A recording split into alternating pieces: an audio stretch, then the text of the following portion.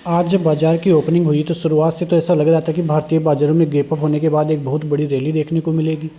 क्योंकि भारतीय बाज़ारों में पिछले 5 सेशन से ज़बरदस्त गिरावट का मूड माहौल था। बाज़ार कहीं न कहीं 24,800 से 23,500 तक आता हुआ दिखाई दिया था, तो बहुत ज़बरदस्त फॉल करीब 5% की निफ्टी की तरफ से देखने को मिली थी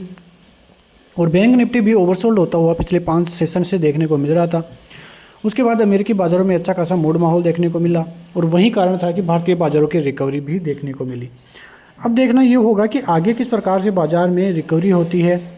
लेकिन अभी तक तो देखने को यही मिल रहा है कि भारतीय बाज़ारों में गिरावट के बाद का ये जो आज का कंसोलिडेशन है वो ही कह सकते हैं, क्योंकि बाज़ार 23,800 के ऊपर जाके निकला लेकिन वो सस्टेन नहीं हो पाया। बाज़ार 24,000 के ऊपर निकल नहीं पा रहा है क्योंकि वहाँ पे ज़बरदस्त कॉल राइटर्स बैठे हैं जो कि बाज़ार को ऊपर जाने ही नहीं दे रहे हैं। अब बाज़ार को यदि उन लेवलों को पार करना होगा तो इन कॉल राइटर्स को सबसे पहले तो धराशायी करना होगा और उसके बाद ऊपर की तरफ बाज़ार निकले तो बात बने, वरना भारतीय बाज़ारों में यदि 23,500 का लेवल फिर से नीचे की तरफ टूटता है तो दिक्कतें बढ़ेगी और बाज़ार फिर 23,300, 23,200 और फिर 23,000 के नीचे जाता हुआ दिखाई देगा। अब बाज़ार में जो नीचे के बड़े टारगेट हैं वो है 20 एक्सपोनेंशियल मूविंग एवरेज जो कि वीकली पे आता है और वो है करीब 22,200 से 500 के बीच में। अब बाज़ार वहाँ पे जाता है तब जाके लगेगा कि भारतीय बाज़ारों के लिए यहाँ पे ख़रीदारी करने का बहुत अच्छा मौका देखने को मिला है। तो कुल मिला के बात करें तो भारतीय बाज़ारों के लिए अभी भी कोई ऐसी बात नहीं है जिसकी वजह से लगे कि भारतीय बाज़ार अब सस्टेन कर जाएंगे, भारतीय बाज़ारों में बड़ी रिकवरी आ जाएगी। भारतीय बाज़ारों में रिकवरी तभी आएगी जब 24,000 के ऊपर जाके फिर से सस्टेन करे। भारतीय बाज़ारों में जिस प्रकार से FIIs ने मूड माहौल बिगाड़ा है,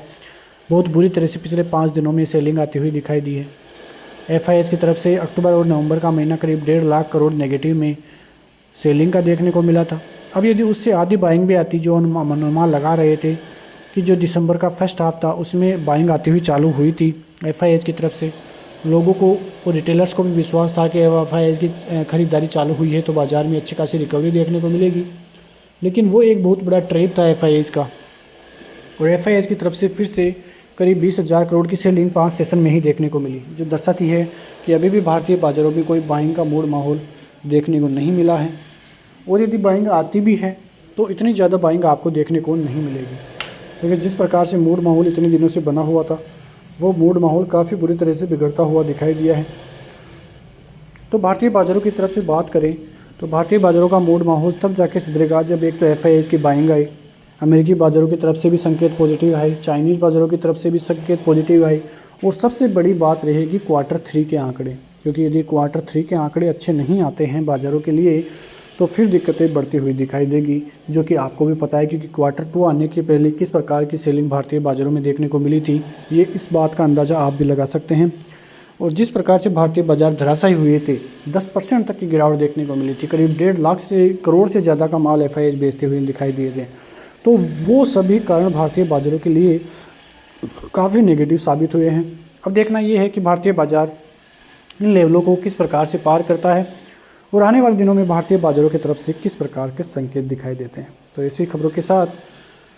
लेवल्स की बात करें तो बैंक निफ्टी की तरफ से बात करें तो यदि बाज़ार कल 51,200 का नीचे की तरफ लेवल तोड़ देता है तो आपको 51,000 और 50,800 तक के फिर से लेवल्स देखने को मिलेंगे।